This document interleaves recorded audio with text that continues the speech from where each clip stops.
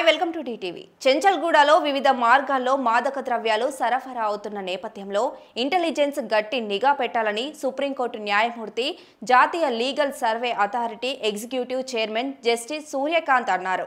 అయితే శుక్రవారం హైదరాబాద్లోని చెంచల్గూడ కేంద్ర కారాగారంలో మత్తు పదార్థాల వ్యసన విముక్తి కేంద్రం నివృత్తిని ఆయన ప్రారంభించారు.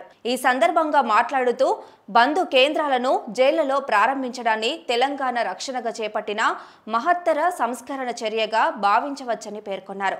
ఇందులో విముక్తి కేంద్రాలను ఏర్పాటు చేయడంతో అవసరమున్న చోటే చికిత్స నిర్వహించి మార్పు తీసుకురావచ్చన్నారు. హైకోర్టు తాత్కాలిక ప్రధాన న్యాయమూర్తి జస్టిస్ సుజాయ్ ఎస్పెట్ మాట్లాడుతూ జై శాఖ తెలిపిన వివరాల ప్రకారం 15% ఖైదీలు డ్రగ్స్ కేసులతో సంబంధం ఉన్నవారే అని తెలుస్తుందన్నారు. ప్రభుత్వం పునరావాస పథకాలను జైళ్లలో సమర్థవంతంగా ఆపేస్తే ఈ శాతాన్ని తగ్గించవచ్చని పేర్కొన్నారు. ఇక ఖైదీలు వ్యసనాన్ని వీడి జీవితాలను మార్చుకుంటారని ఆశిస్తున్నట్లు Telangana legal services authority chairman justice Shyam Kohli చెప్పారు. ఇందులో రాష్ట్ర ప్రభుత్వ కార్యదర్శి అనిత రామచంద్రన్, టీజీ న్యాబ్ సంచాలకులు సందీప్ షాండీలా, డాక్టర్ సౌమ్య మిశ్రా, జాతీయ రాష్ట్ర లీగల్ సర్వీసెస్ టీమ్ మేనేజర్ సెక్రటరీలు పంచాక్షరి, ఐతుల రాజేష్, మురళీబాబు పాల్గొన్నారు.